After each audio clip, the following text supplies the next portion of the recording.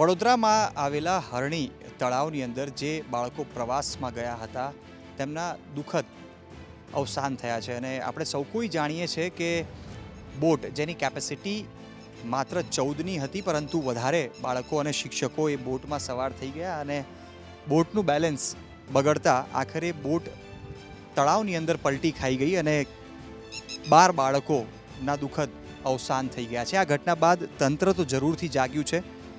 FIR પણ નોંધવામાં આવી છે। જે લોકો જવાબદાર છે તેમને સજા અપાવવામાં આવશે તેવી વાતચીત સરકાર તરફથી કરવામાં આવી છે, પરંતુ ત્યારબાદથી તંત્ર તરફથી ગુજરાત રાજ્યની અંદર અલગ અલગ તળાવોની અંદર અલગ અલગ નદીઓની અંદર જે બોટિંગની સુવિધા અલગ અલગ સંસ્થાઓના માધ્યમથી આપવામાં આવતી હોય છે તેમની ચકાસણી પણ કરવામાં આવી છે। અત્યારે આપણે રિવરફ્રન્ટ ઉપર ઉપસ્થિત છીએ અને રિવરફ્રન્ટમાં જે બોટ અત્યારે લોકો મજા એની માણવા આવતા હોય છે ત્યાં અત્યારે આપણે ઉપસ્થિત છીએ। મેનેજર આપણી સાથે જોડાયેલા છે મલયજીથી વાત કરીશું। મલયજી, અત્યારે રિવરફ્રન્ટની અંદર જે બોટિંગની સુવિધા છે બંધ રાખવામાં આવી છે, પોલીસની એક પરવાનગી કદાચ આપની પાસે નથી અને બંધ રાખવામાં આવી છે, કેટલો સમય આ સુવિધા બંધ રહેશે અને ક્યારથી શરૂ થઈ જશે?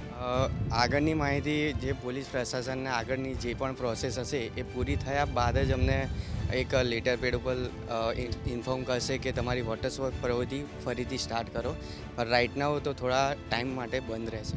અચ્છા, ખાસ કરીને એક દુઃખદ અવસાન ઘણા બધા બાળકોના થયા પછી તંત્ર જાગ્યું છે, તમામ તપાસ થઈ રહી છે અને એવું માનીએ કે ભવિષ્યમાં આવી કોઈ દુઃખદ ઘટના ન ઘટે, પરંતુ જે પ્રકારે આવી બોટિંગની વ્યવસ્થાઓ જ્યાં હોય છે અને બોટિંગની વ્યવસ્થા જ્યાં ચાલતી હોય છે, લોકો મજા માણવા આવતા હોય છે, રિવરફ્રન્ટની વાત કરીએ તો કેવી તકેદારી તમે લોકો રાખતા હો છો? અને જે લોકો બોટિંગ માટે મજા માણવા માટે તળાવ કે નદીઓમાં જતા હોય છે, બોટમાં સવાર થતા હોય છે, એ લોકોએ પણ શું ધ્યાન રાખવું જોઈએ?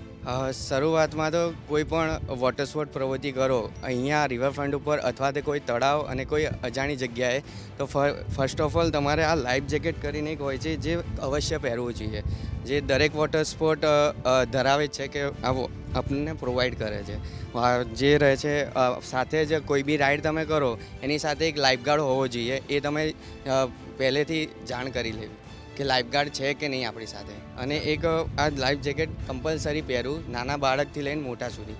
અચ્છા, તમે જસ્ટ આ સમજાવી શકો છો? કારણ કે લાઈફ જેકેટની પણ જો વાત કરવામાં આવે તો નાના અને મોટી સાઇઝના અલગ અલગ લાઈફ જેકેટ પણ હોય છે। જો નાના બાળકો હોય તો શું અલગથી કોઈ લાઈફ જેકેટ એમના માટે બી હોય છે? લાઈફ જેકેટ હોય છે, 2 ટાઈપના લાઈફ જેકેટ હોય છે, એક સ્મોલ કિડ્સ માટે અને એક બિગ વન હોય છે જે એડલ્ટ માટે, જે બંને સાઇઝ અવેલેબલ રાખીએ જ છીએ અમે, જેથી દરેક કસ્ટમર આવે એમને ફર્સ્ટ ઓફ ઓલ એન્ટ્રી કરે અંદર વોટર સ્પોર્ટ પ્રવૃત્તિ કરવા તેમને અમે પહેરાવી દઈએ છીએ અવશ્ય। આનાથી શું ફાયદો શું થતો હોય છે? કારણ કે કેટલાક લોકો એવા હોય છે એવું કહેતા હોય છે કે અમને તરતા આવડે છે, અમારે કંઈ જરૂર નથી, પરંતુ આ પહેરવાથી ફાયદો શું થાય? આ પહેરવાથી એ ફાયદો છે, કોઈ ઇન્સિડન્ટ થાય કે કોઈ વ્યક્તિ પડી જાય પાણીમાં તો આ લાઈફ જેકેટથી આપણે પાણીની ઉપર ફ્લોટ થઈ શકીએ છીએ, અને 100 kgથી પણ વધારે વજનનો કોઈ વ્યક્તિ હોય તો પણ આ પાણીમાં ફ્લોટ કરી શકે છે। આ એક લાઈફ સેવિંગ જેકેટ છે। જ્યારે લોકો બોટની અંદર મજા માણવા માટે બોટથી અંદર ફરતા હોય કોઈ નદી કે તળાવમાં અથવા તો રિવરફ્રન્ટની જ વાત કરી લઈએ, તો શું જે વ્યક્તિ હોય જો કદાચ કોઈ ડૂબી જાય, લાઈફ જેકેટ પણ એણે પહેર્યું હોય, તો તરત જ કેવી રીતે તેને તમે રક્ષણ આપતા હો? અમારો લાઈફગાર્ડ સાથે જોડે જ હોય છે, જે ઇફ તમે અંદર પાણીની અંદર પડી જાઓ છો અને આ લાઈફ જેકેટ તમને ફ્લોટ જ કરશે 110%, અને અમારો લાઈફગાર્ડ એમને આસાનીથી તમને ઉપર રેસ્ક્યુ કરી શકે, એટલા માટે લાઈફ જેકેટ જરૂરી છે। એ વાત આપણે હવે 100% કહી શકીએ કે જો તમે લાઈફ જેકેટ પહેર્યું છે અને કોઈ બોટમાં સવાર થયા છો તો ડૂબવાની તો શક્યતા ઘટી જાય છે? હા, 99% ઘટી જાય છે ઇફ તમે લાઈફ જેકેટ પહેર્યું હોય છે તો। અચ્છા, આ જે લાઈફ જેકેટ હોય છે, કેટલા લાઈફ જેકેટ તમારી પાસે છે? જો રિવરફ્રન્ટની વાત કરીએ, તમે લગભગ અલગ અલગ બોટના માધ્યમથી કરો છો, અને જો કોઈ બાય ચાન્સ કોઈ જગ્યાએ ડૂબી ગયું તો શું તમારી પાસે કોઈ પાછળથી બેકઅપ પ્લાન હોય છે કે જે બોટમાં સવાર હોય છે એ જ બચાવતા હોય છે? જરૂર, અમારી પાસે બેકઅપ પ્લાન પણ હોય છે, અને બીજા રેસ્ક્યુ માટે એની પ્રોપર એક બોટ હોય છે, રેસ્ક્યુ બોટ, એ પણ અમે ધરાવીએ છીએ, અને પ્લસ રિંગ હોય છે, જે રિંગથી અમે આમ દૂર હોય ગેસ્ટ તો એને આમ ખેંચીને લાવીએ એવા રોપ પણ અમારી પાસે અવેલેબલ હોય છે। જે રેસ્ક્યુ બોટની વાત કરો છો, શું એમાં કોઈ એક્સપર્ટ હોય? શું એની કોઈ સર્ટિફિકેટ હોય છે કે પછી કોઈ પણ વ્યક્તિ એક્સપર્ટ બની શકે?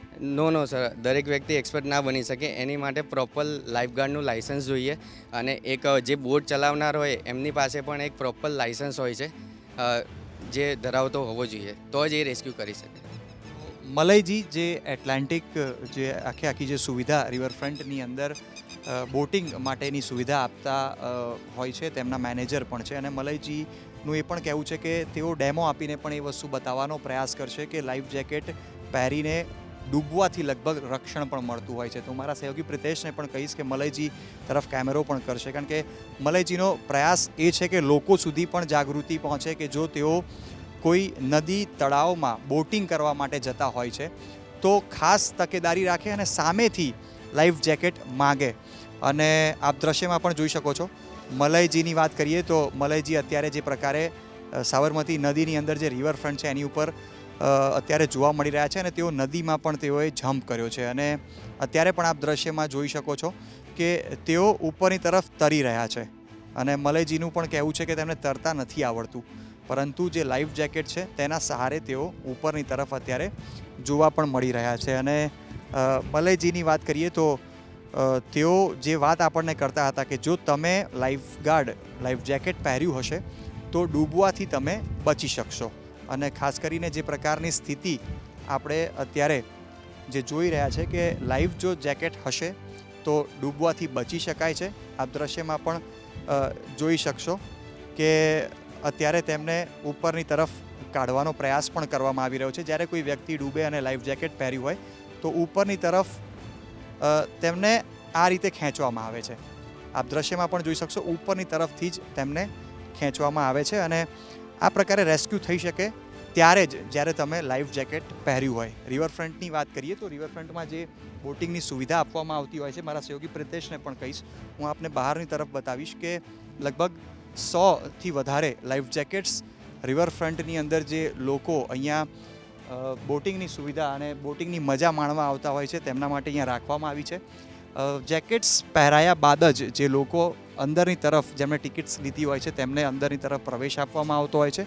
અને નાના બાળકો માટે પણ અલગ પ્રકારના જેકેટ્સ હોય છે, મોટા લોકો માટે પણ અલગ જે સાઇઝ છે તે પ્રકારના જેકેટ્સ જે છે અહીંયા ઉપલબ્ધ છે. મેં નાના બાળકોની પણ વાત કરી એટલે કે એ સાઇઝ પણ આપ દ્રશ્યોમાં પણ જોઈ શકો છો. નાની સાઇઝના જેકેટ્સ બાળકો માટે હોય છે. તો ક્યાંય પણ જો બોટિંગ માટે કોઈ વ્યક્તિ જતું હોય તો તેણે ખાસ તકેદારી રાખવી જોઈએ અને જેકેટ્સની માંગ સામેથી કરવી જોઈએ, કારણ કે કોઈ જાણતું નથી હોતું કે ક્યારે કોઈ દુર્ઘટના સર્જાશે. પરંતુ જો કોઈ દુર્ઘટના સર્જાય નદીની અંદર યા તળાવમાં, જ્યારે કોઈ બોટિંગ કરતું હોય અને કોઈ દુર્ઘટના સર્જાય તો જો જેકેટ પહેર્યું હશે તો રક્ષણ મળી શકશે. જે પ્રકારે દુઃખદ ઘટના બરોડામાં ઘટી છે તે દુઃખદ ઘટનાથી રક્ષણ કોઈપણ વ્યક્તિ જેણે લાઈફ જેકેટ પહેર્યું હશે તેને મળી શકતી હોય છે. કેમેરામેન પ્રિતેશ રાવલ સાથે તુલ તિવારી, ગુજરાત તક, અમદાવાદ.